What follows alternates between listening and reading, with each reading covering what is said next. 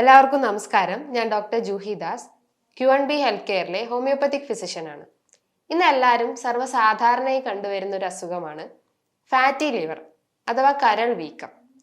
എന്താണ് ഈ fatty liver? അതായത് നമ്മളെ കരളിന് ചുറ്റും കൊഴുപ്പടിയുന്ന ഒരു അവസ്ഥയാണ് ഈ ഫാറ്റി ലിവർ എന്നുകൊണ്ട് ഉദ്ദേശിക്കുന്നത്. ഇത് നമ്മൾ വേറെ എന്തെങ്കിലും ടെസ്റ്റ് ചെയ്യുമ്പോൾ, അതായത് ഫൈബ്രോയിഡോ സിസ്റ്റോ അങ്ങനെ എന്തെങ്കിലും ഉള്ളപ്പം നമ്മൾ സ്കാൻ ചെയ്യുമ്പോഴാണ് നമുക്ക് ഫാറ്റി ലിവർ ഉണ്ടെന്ന് മനസ്സിലാക്കുക. ഈ ഫാറ്റി ലിവറിന് തന്നെ പല സ്റ്റേജുകളുണ്ട്. ഗ്രേഡ് 1, 2, 3, 4 അങ്ങനെ പല സ്റ്റേജ് ആയിട്ട് ഫാറ്റി ലിവറിന് തരംതിരിച്ചിട്ടുണ്ട്. ഈ ഗ്രേഡ് 1 ഈ കരളിന് ചുറ്റും ഒരു 8% കൊഴുപ്പ് അടിഞ്ഞിട്ടുണ്ടെന്ന് മനസ്സിലാക്കാം.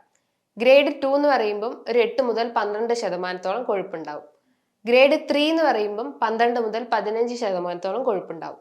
ഗ്രേഡ് 4 എന്ന് പറയുമ്പോൾ അതൊരു സിറോസിസ് സ്റ്റേജിലേക്ക് കടന്നിട്ടുണ്ടാവും. അതായത് ലിവറിന്റെ റീജനറേഷൻ കപ്പാസിറ്റി ഏകദേശം നഷ്ടപ്പെട്ട ഒരു അവസ്ഥയാണ്. അതായത് ലിവറിന് അവിടെ ഫംഗ്ഷൻ ചെയ്യാൻ പറ്റാത്ത ഒരു അവസ്ഥ വരും. അവിടെ ഏകദേശം ഒരു 15% കൊഴുപ്പടിഞ്ഞിട്ടുണ്ടെന്ന് മനസ്സിലാക്കാം.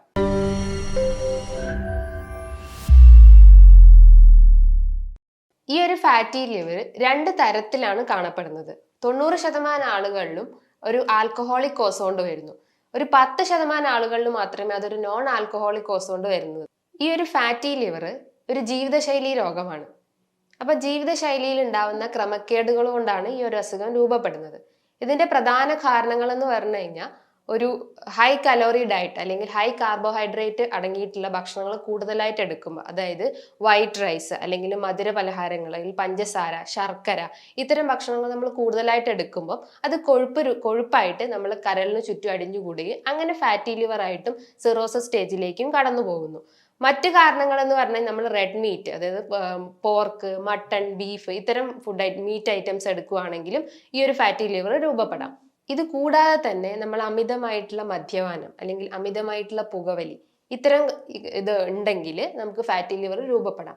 ഇത് കൂടാതെ തന്നെ നമ്മൾ വ്യായാമമില്ലാത്ത, അതായത് ബോഡിക്ക് മൂവ്മെന്റ്സ് ഒന്നും കൊടുക്കാത്തൊരവസ്ഥ, ചടഞ്ഞുകൂടിയിരിക്കുക, ഇത്തരം ഇതുണ്ടെങ്കിൽ നമുക്ക് ഫാറ്റി ലിവർ രൂപപ്പെടാം. ഇത് കൂടാതെ തന്നെ അമിതവണ്ണം ഉള്ളവർക്കും ഇന്നത്തെ പഠനം പറയുന്നത് ഫാറ്റി ലിവർ ഉണ്ടെന്ന് പറയുന്നു. ഇനി ഈ ഫാറ്റി ലിവറിന്റെ അല്ലെങ്കിൽ കരൾ വീക്കത്തിന്റെ എന്തൊക്കെയാ ലക്ഷണങ്ങളെന്ന് നോക്കാം. പ്രധാനമായിട്ടുള്ളതാണ് നമ്മളെ വാരിയലിന്റെ താഴെ, വലത്തെ ഭാഗത്തെ വാരിയലിന്റെ താഴെ ഒരു ചെറിയൊരു വേദന ഫീൽ ചെയ്യും. മറ്റൊന്ന് അമിതമായിട്ടുള്ള ക്ഷീണം, കൂർക്കം വലി, സന്ധികളിലൊക്കെ വേദന, മൂത്രം നോക്കുമ്പം നല്ല പത പോലെ എങ്കിൽ ഡാർക്ക് കളർ ആവുക, അല്ലെങ്കിൽ കണ്ണിൻ്റെ അകത്ത് ഒരു യെല്ലോ കളർ ആവുക, അല്ലെങ്കിൽ നമ്മൾ നിറം പെട്ടെന്ന് കുറയുക, അല്ലെങ്കിൽ അമിതമായിട്ടുള്ള ക്ഷീണം, ഓക്കാനം, ഛർദി ഇത്തരം ലക്ഷണങ്ങൾ ഉണ്ടെങ്കിൽ നമുക്ക് എങ്ങനെ ഈ ഫാറ്റി ലിവർ ഉണ്ട് എന്ന് മനസ്സിലാക്കാം. ഒന്നാമതായിട്ട് നമ്മളൊരു ബ്ലഡ് ടെസ്റ്റ് നടത്തണം. അതായത് ഒരു ലിവർ ഫംഗ്ഷൻ ടെസ്റ്റ്. അതിൻ്റെ അകത്ത് SGOT, SGPT വാല്യൂസ് നോക്കിക്കഴിഞ്ഞാൽ നമ്മളെ ഫാറ്റി ലിവർ ഉണ്ടോ ഇല്ലയോ എന്ന് മനസ്സിലാക്കാം. അതേപോലെ തന്നെ വയറിൻ്റെ ഒരു സ്കാനിങ് എടുത്തു കഴിഞ്ഞാൽ ഈ ഫാറ്റി ലിവർ ഏത് സ്റ്റേജിലാണെന്നും അറിയാൻ സാധിക്കും. നമ്മൾ പറഞ്ഞു ഫാറ്റി ലിവർ എന്ന് പറഞ്ഞാൽ ജീവിതശൈലി രോഗമാണ്. അപ്പം നമ്മളെ കഴിക്കുന്ന ഭക്ഷണ രീതികൾ എന്തൊക്കെയാണെന്ന് നോക്കാം. പ്രധാനമായിട്ടും നമ്മൾ ഹൈ കലോറി ഡയറ്റ് അല്ലെങ്കിൽ ഹൈ കാർബോഹൈഡ്രേറ്റ് ഡയറ്റ് ഉണ്ടെങ്കിൽ അത് കഴിവതും കുറച്ച് കൊണ്ടുവരാൻ ശ്രമിക്കുക. അതായത് വൈറ്റ് റൈസ് അല്ലെങ്കിൽ മധുര പലഹാരങ്ങൾ ഇത്തരം ഭക്ഷണങ്ങൾ കഴിക്കുന്നുണ്ടെങ്കിൽ അത് കഴിവതും കുറച്ചിട്ട് പകരം ബ്രൗൺ റൈസ്, അല്ലെങ്കിൽ ഞവര അല്ലെങ്കിൽ മട്ടയരി അല്ലെങ്കിൽ റാഗി ഇത്തരം ഭക്ഷണങ്ങൾ ഉണ്ടെങ്കിൽ അത് കഴിവതും കൂട്ടിക്കൊണ്ടുവരാൻ ശ്രമിക്കുക. മറ്റൊന്ന് പറഞ്ഞാൽ നമ്മൾ ഫുഡ് കഴിക്കുമ്പോൾ ഒരു ടൈം വെച്ചിട്ട് ഫുഡ് കഴിക്കുക. അതായത് ഒരു ഓവർ ഗ്യാപ്പ് ഇടാതെ നന്നായി കറക്റ്റ് ടൈമിൽ ഫുഡ് കഴിക്കുക. രാത്രി കഴിവതും ഫുഡ് കഴിക്കുന്നത് കുറച്ച് കൊണ്ടുവരിക. അതായത് കഴിവതും ഫ്രൂട്ട്സോ അല്ലെങ്കിൽ വെജിറ്റബിൾ സാലഡോ അല്ലെങ്കിൽ ഫ്രൂട്ട് സാലഡോ ഒക്കെ കഴിവതും കഴിക്കുക. ഫ്രൂട്ട്സിൽ തന്നെ നമുക്ക് അവകാഡോ, ബനാന, ലെമണ്, പപ്പായ ഇത്തരം ഫ്രൂട്ട്സ് ഒക്കെ കഴിവതും ഫ്രൂട്ട് സാലഡ് ആക്കിയിട്ടും കഴിക്കുന്നത് നല്ലതാണ്. നമുക്കറിയാം ഈ ലിവർ എന്ന് പറഞ്ഞാൽ ഒരു ഡീടോക്സിഫിക്കേഷൻ നടത്തുന്ന ഒരു അവയവമാണെന്ന് പറയാം. അപ്പം രാവിലെ എഴുന്നേറ്റാൽ ഉടനെ വെറും വയറ്റിൽ 1-2 ഗ്ലാസ് ഇളം ചൂടുവെള്ളം കുടിക്കുന്നത് നമ്മളെ ബോഡിയിലെ കുറേ ടോക്സിൻസ് റിമൂവ് ചെയ്യാൻ സാധിക്കും. മറ്റൊന്ന് പറഞ്ഞു കഴിഞ്ഞാൽ നമ്മൾ ഈ ഫ്രക്ടോസ് ഒക്കെ അടങ്ങിയിട്ടുള്ള, അതായത് ഷുഗർ സിറപ്പ് അല്ലെങ്കിൽ ജ്യൂസ് ഐറ്റംസ് ഒക്കെ ഉണ്ടെങ്കിൽ അത് കഴിവതും കുറച്ച് കൊണ്ടുവരാൻ ശ്രമിക്കുക. പുകവലിയും മദ്യപാനവും ഇതിന്റെ പ്രധാന കാരണമാണെന്ന് ഞാൻ നേരത്തെ പറഞ്ഞു. അപ്പം അത് കഴിവതും കുറയ്ക്കാൻ ശ്രമിക്കുക. അതേപോലെ തന്നെ ഈ പ്രോസസ്ഡ് ഫുഡ്, അതായത് ബർഗർ, പിസ്സ, കേക്ക്, പുഡിങ് ഇതിലൊക്കെ കൂടുതലായിട്ടും ഷുഗർ കണ്ടന്റ് കൂടുതലാണ്. അപ്പം നമ്മളെ ബോഡിയിൽ പിന്നെയും കൊഴുപ്പടയാനുള്ള ഒരു ടെൻഡൻസി ഉണ്ട്. അപ്പൊ അത് മാക്സിമം ആ ഒരു ഇതിന്ന് കുറച്ച് കൊണ്ടുവരാൻ ശ്രമിക്കുക. പൂർണ്ണമായിട്ട് നമുക്ക് ഉപേക്ഷിക്കാൻ പറ്റൂല, പക്ഷെ കഴിവതും കുറച്ച് കൊണ്ടുവരാൻ ശ്രമിക്കുക.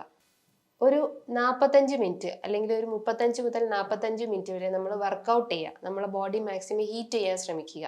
മറ്റൊന്ന് പറഞ്ഞാൽ നന്നായി വെള്ളം കുടിക്കുക. വെള്ളം കുടിക്കുക എന്ന് പറഞ്ഞാൽ ഒരു 1-2 ലിറ്റർ വെള്ളം വെറും വയറ്റിൽ കുടിക്കാൻ ശ്രമിക്കുക. അപ്പൊ അത്രയും ടോക്സിൻസ് നമ്മുടെ ബോഡിയിൽ നിന്ന് റിമൂവ് ആവും. ഇനി പ്രോബയോട്ടിക് ആയിട്ടുള്ള ഭക്ഷണങ്ങൾ, തൈര്, മോര്, ഇതൊക്കെ കൂടുതലായിട്ട് കഴിക്കുമ്പോൾ നമ്മുടെ ബോഡിയിൽ, അതായത് നമ്മുടെ വയറിൽ ഈ നല്ല ബാക്ടീരിയാസിനെ ഉണ്ടാക്കാൻ ശ്രമിക്കുക. അപ്പൊ ഈ കൊഴുപ്പിനെയൊക്കെ കഴിവതും ഇത് കുറച്ചു കൊണ്ടുവരാൻ പറ്റും.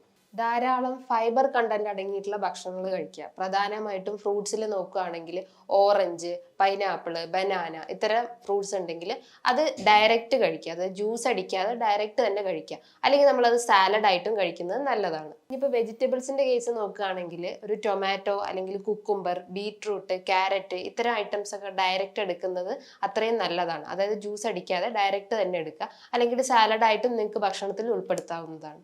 നമ്മൾ നേരത്തെ പറഞ്ഞു റെഡ് മീറ്റ് ഈ ഒരു അസുഖം ഉണ്ടാക്കാൻ കാരണമാകുന്നു എന്ന് പറഞ്ഞു. അപ്പൊ റെഡ് മീറ്റിന് പകരം നമ്മൾ വൈറ്റ് മീറ്റ് നന്നായിട്ട് എടുക്കുക. ചിക്കൻ അല്ലെങ്കിൽ കാട ഇതൊക്കെ ഉണ്ടെങ്കിൽ കഴിവതും ഭക്ഷണത്തിൽ ഉൾപ്പെടുത്തുക.